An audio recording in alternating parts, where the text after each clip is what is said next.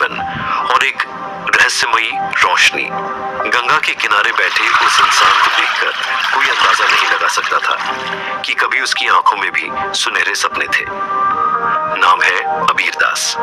आज समाज उसे जेल का कैदी कहकर पुकारता है, जबकि उसका गुनाह सिर्फ इतना था कि उसने अपनी पत्नी को मौत के मुंह से बाहर निकालने के लिए अपनी पूरी जमा पूंजी लगा दी थी।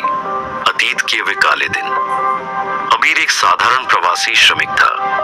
वह बाहर कड़ी धूप में पसीना बहाकर अपने पिता समर दास और मां मामोनी दास को पैसे भेजता था। एक दिन उसके पिता ने फोन किया, बेटा तेरे लिए एक बहुत अच्छी लड़की देखी है। अबीर ने पिता की बात मान ली और चमेली से शादी कर ली। शादी के कुछ ही दिनों बाद हकीकत सामने आई। चमेली को कई गंभीर बीमारियां थीं।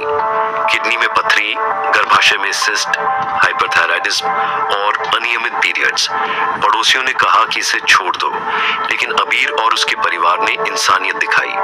कर्ज लेकर लाखों रुपए खर्च किए और चमेली को पूरी तरह स्वस्थ कर दिया।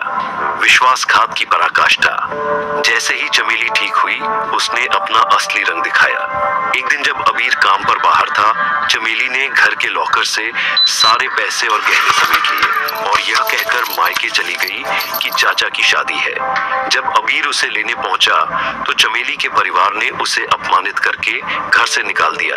इतना ही नहीं, उन्होंने अबीर पर दहेज और प्रताड़ना का झूठा केस दर्ज करा दिया। बेगुनाह अबीर को जेल की सलाखों के पीछे जाना पड़ा। इस बीच जब उसके बूढ़े माँ बाप बहू से मिन्नतें करने पहुंचे तो उन्हें भी बुरी तरह पीटा गया। तबाही के बीच वापसी।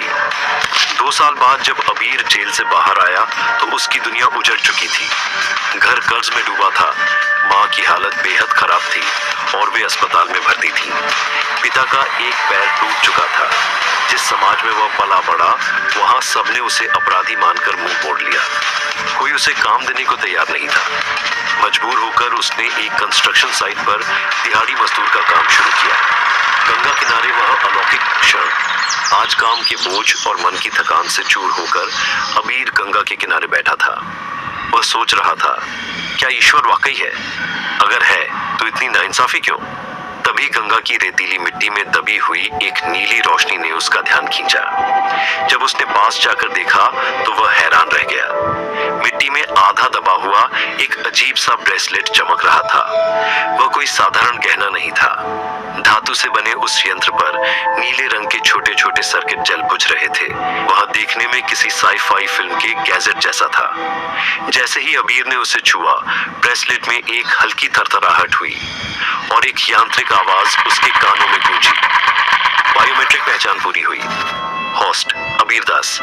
सिस्टम शुरू हो रहा है। क्या अबीर की जिंदगी अब एक नया मोड़ लेगी? क्या यह अनोखी तकनीक उसे उसका खोया हुआ सम्मान और अधिकार वापस दिला पाएगी?